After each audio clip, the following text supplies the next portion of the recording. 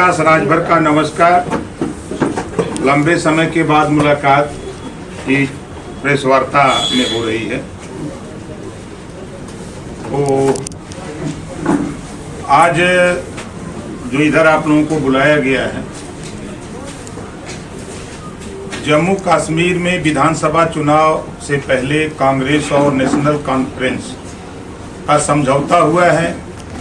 National conference के manifesto के बिंदु और कांग्रेस नेताओं के बयान का अध्ययन करें तो पता चलता है कि कांग्रेस की मंशा जम्मू कश्मीर में एससी, एसटी एवं वंचितों को मिल रहे आरक्षण को समाप्त करने की है।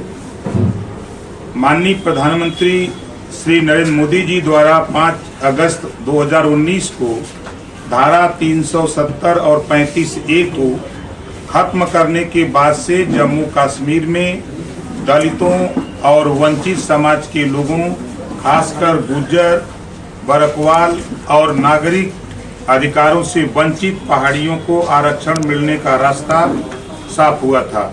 लेकिन कांग्रेस अब फिर से इनको कुचलना चाहती है। कांग्रेस ने अनुच्छेद 370 लागू करके जम्मू कश्मीर में एससी, एसटी सहित पूरे वंचित समाज के आरक्षण को 60 सालों से बाधित कर रखा था।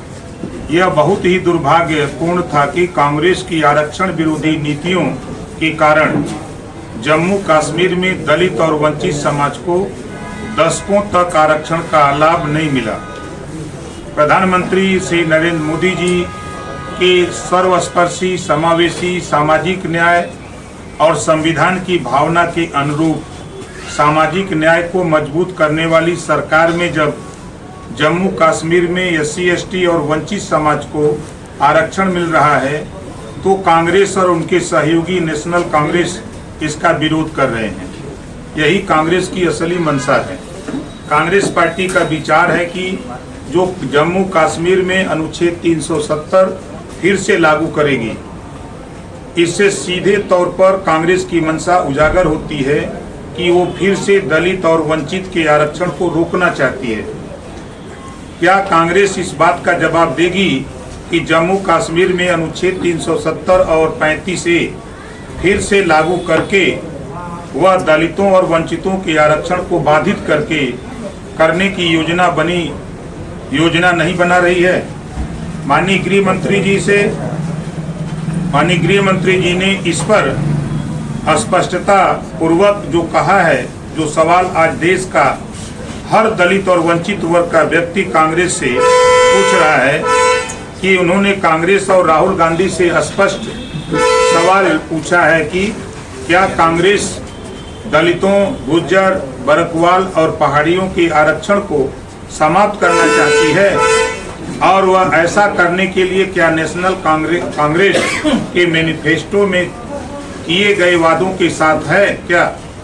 हमने कांग्रेस शासित राज्यों कर्नाटक और आंध्र प्रदेश में भी देखा है कि किस तरह एससी, एसटी और ओबीसी वर्ग को मिल रहे आरक्षण को कम करने की साजिश रची गई और रची जा रही है। हमने कांग्रेस की एक और सहयोगी तृणमूल कांग्रेस द्वारा शासित पश्चिम बंगाल में भी देखा है कि किस तरह ओबीसी के अधिकारों का हनन किया जा रहा है। कांग्रेस की मंशा शुरू से ही एससी, एसटी और ओबीसी को मिल रहे आरक्षण को खत्म करने की रही है।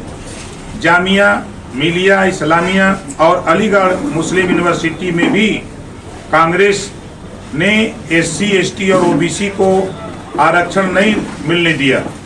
हम एनडीए के दल कांग्रेस की आरक्षण, संविधान और सामाजिक न्याय विरोधी सोच को कभी सफल नहीं होने देंगे और दलितों और वंचितों को उनका अधिकार मिलता रहे जो बाबा साहब डॉक्टर अम्बेडकर जी ने संविधान में व्यवस्था दिया है। हम इसके लिए एनडीए के सभी साथी मिलकर लड़ते रहेंगे।